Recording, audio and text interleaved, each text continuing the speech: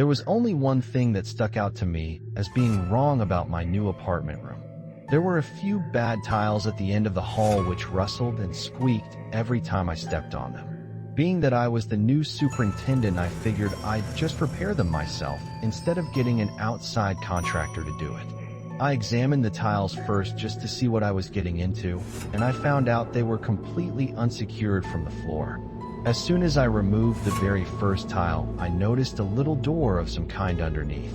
I continued to remove the rest of the tiles with little trouble, and that's when I noticed the indented latch on the door. A layer of caked-on dust was stuck on it, and I was dumbstruck by the whole finding. I decided to open it and take a look inside. It was too dark to see most of it, but I could make out most of the details. The room was completely empty except for another door on the side and the ladder that went straight down into the room. You might think I was so curious that I went down the ladder to take a look, but there was no way in hell I was going down there unless I had a very good reason to. At that moment, I only wanted to get the floor secured and the door completely covered up. After I found it that day, I called the apartment owner and asked him if he knew about the underground room. He sounded as surprised as I was, and he claimed he had no idea it even existed. The rest of the day was rather uneventful until that night. That night marked the first time I started having those weird dreams of my neighboring tenants. Every single one of these dreams consisted of my tenants in the apartment building, going about their daily lives. There was absolutely nothing else in my dreams besides that, and I could recall even the most mundane details of each one. Some of those dreams were particularly disturbing because they revealed more than I should have known or wanted to see. In one dream, I saw the couple in room 102 arguing in their bedroom about whether they should keep the baby, and in another I saw the man in 107, leaning towards the knife drawer as he cried his heart out. Half of his arms were covered in cuts, and some of those were bleeding pretty badly.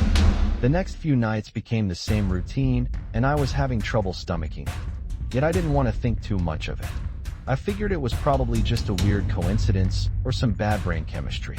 Then I had another dream of a tenant which involved me. In the dream, I was sitting at the kitchen table, and I heard somebody knocking on my door. I got up to see who it was through my peephole, and I noticed a man in a Catholic uniform. He was standing still, staring at the peephole, and he continued knocking. I didn't recognize him as any of my tenants, so I was hesitant about answering the door. So I just stood there for a few moments and stared through the peephole.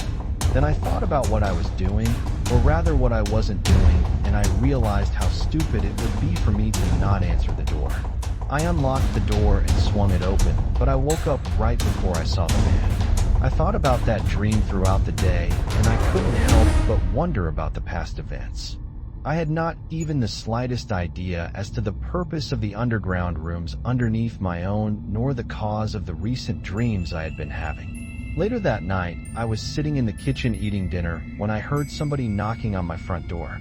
I got up to see who it was, and it felt like a ton of bricks fell over me.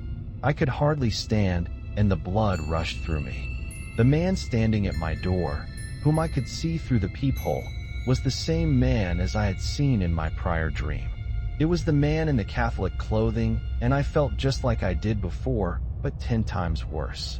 Yet again I stood there staring out the peephole, and I mentally refused to open the door for a few moments. Then there was no waiting any longer, as I knew I was the superintendent, and if anybody had an inquiry, I needed to heed their call. So I opened the door and asked the man what he needed. "May I come in?" he asked. "We need to talk."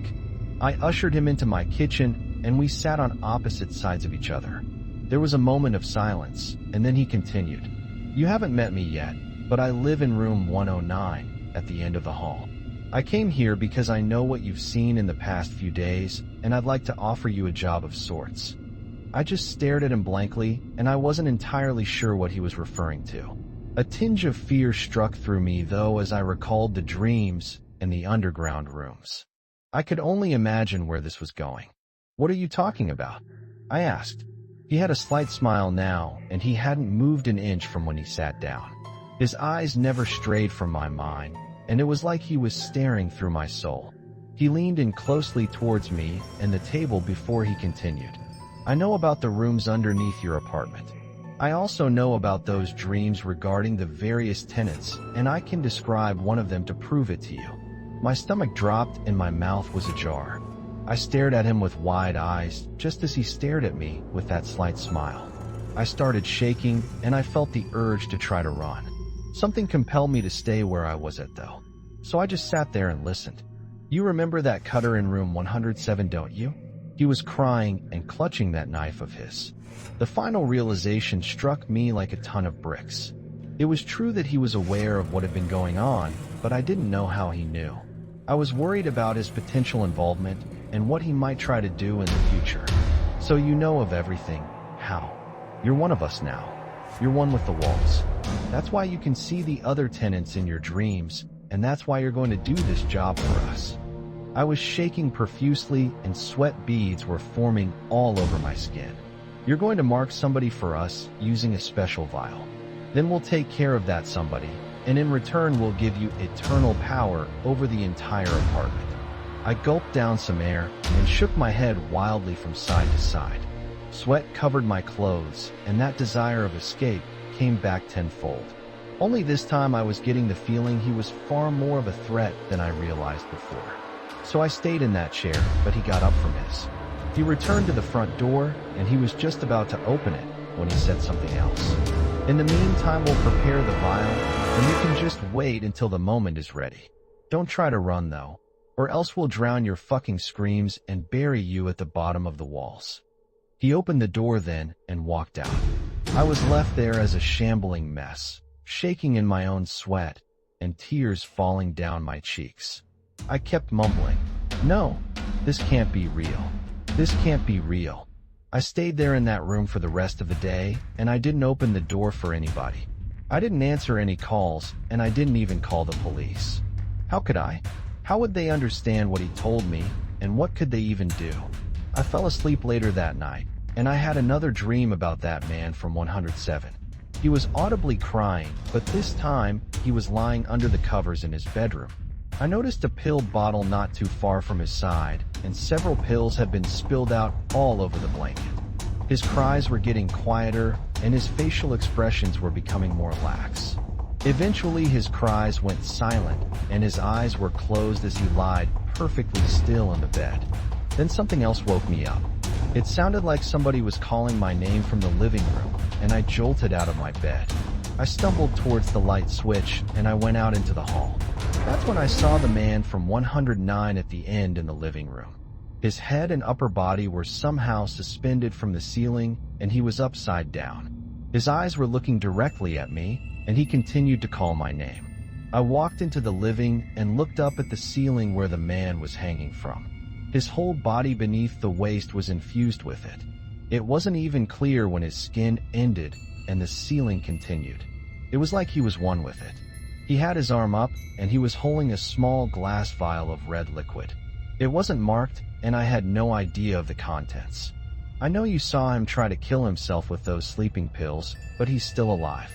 He won't be for very long, though, and we need him alive as he's the most emotionally vulnerable person we have available to us. Take this vial and use it to subdue him. He doesn't have to consume the liquid.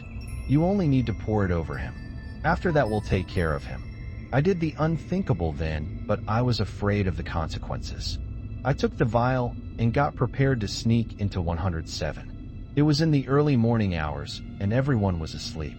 It was the perfect time to pull something like this off, but I could only hope that I didn't wake somebody up before then. So I had to carefully and slowly make my way into room 107.